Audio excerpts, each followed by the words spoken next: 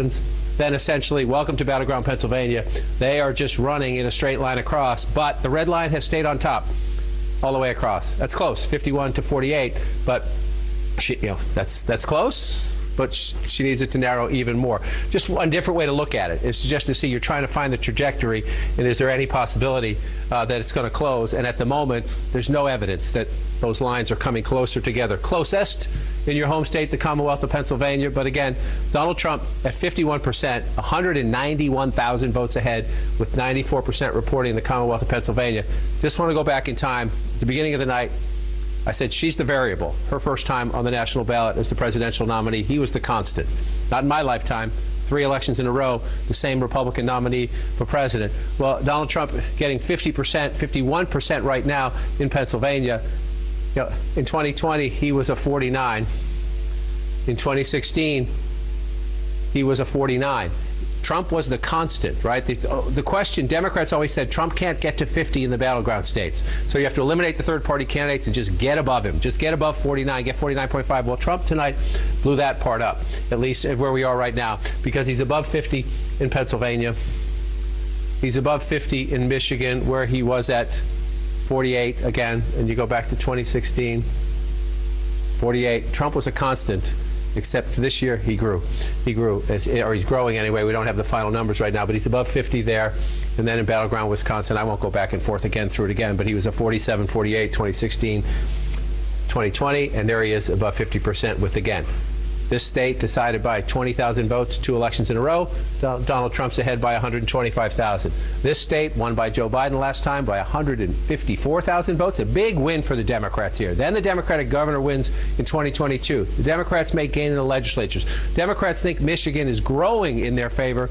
Donald Trump's 243,000 votes ahead with 69%. Still some room there maybe to see it happen. That's the one with the most outstanding vote. And Anderson, as I throw back to you, the Commonwealth of Pennsylvania, so critical to Trump cracking the blue wall, flipping the blue wall in 2016.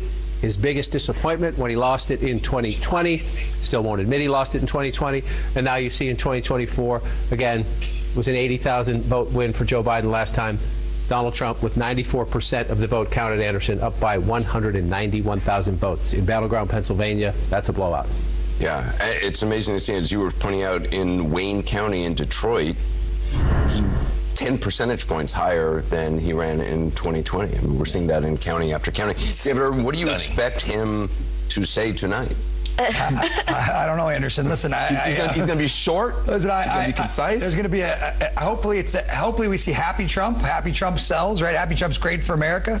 I think he'll thank the team, Susie, Chris LaSavita, the people who've been there when no one else believed. Those folks believed. Susie has been on this team since so far back nobody can remember. Nobody wanted to see Donald Trump.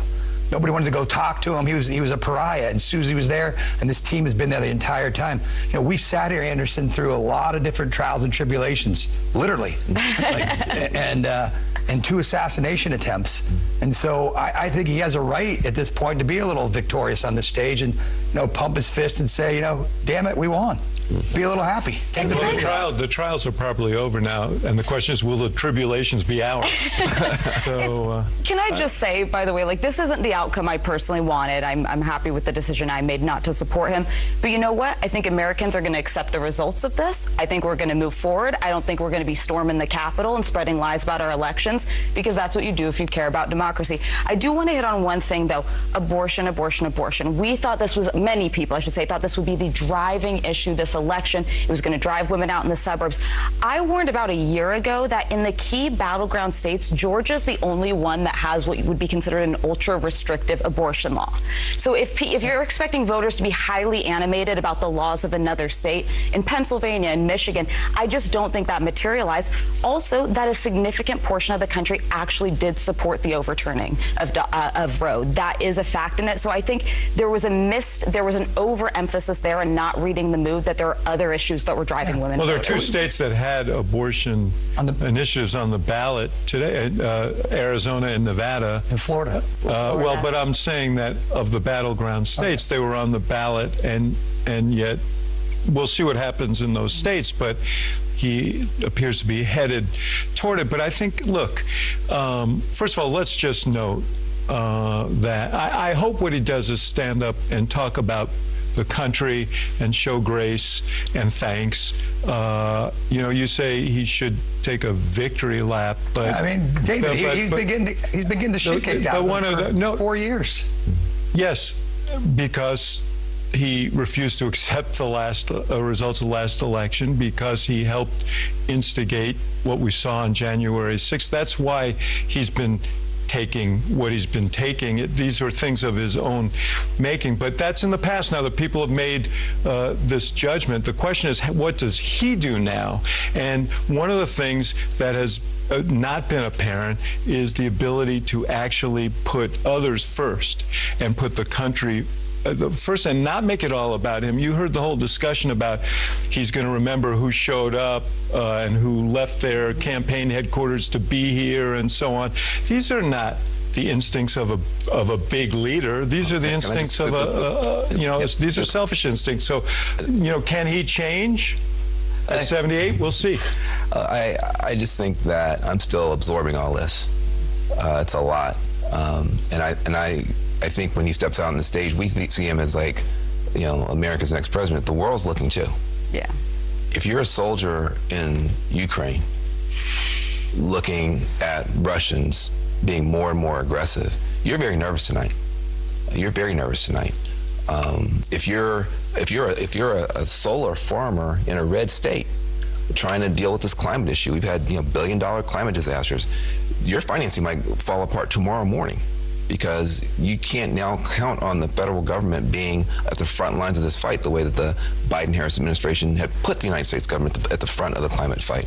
So you've got people all around the world whose fates are now in the hands of someone who can either be aggrieved or it can be big. He's usually not big. And so I think this is a shock. It's a political realignment for sure. The Republican Party can now claim to be a multiracial working class party. That is a shock. But the policy implications for planet Earth are yet to be known. I mean, I think that's the real open question. So are we getting 20% tariffs? That's going to be devastating for the economy. Are there going to be mass deportations on American soil? That's what he ran on, and I believe it's actually the mandate the voters gave him. So I think on the tariff things, as you see, tariffs are a negotiating tool, right? That's what it was in the first administration. That's what it'll be in this administration. There are 350,000 criminal aliens here in the United States. I think it'd probably take 4 years to just find, locate, deport those murderers and rapists that are wandering around. The Biden Department of Justice acknowledges are out there. We need to get those folks off the streets. I don't think anybody in America is going to be complaining if we lock those folks up and deport them out of here. He doesn't speak with that level of specificity when he talks about it. I always hear that. During the Obama administration, they actually deported criminal alien, more of them than were deported during the 4 years of the Trump administration. We should keep rounding them up and kicking them out. But the point is, what he says to get elected and what we don't know. We just don't know, because it's basically a vehicle for him. And the question is, does the country benefit? We expect Donald Trump to speak any moment as we await more votes from the key battleground states. Stay with us. We'll be right back. We have right now at this hour, as Grady mentioned, Michael.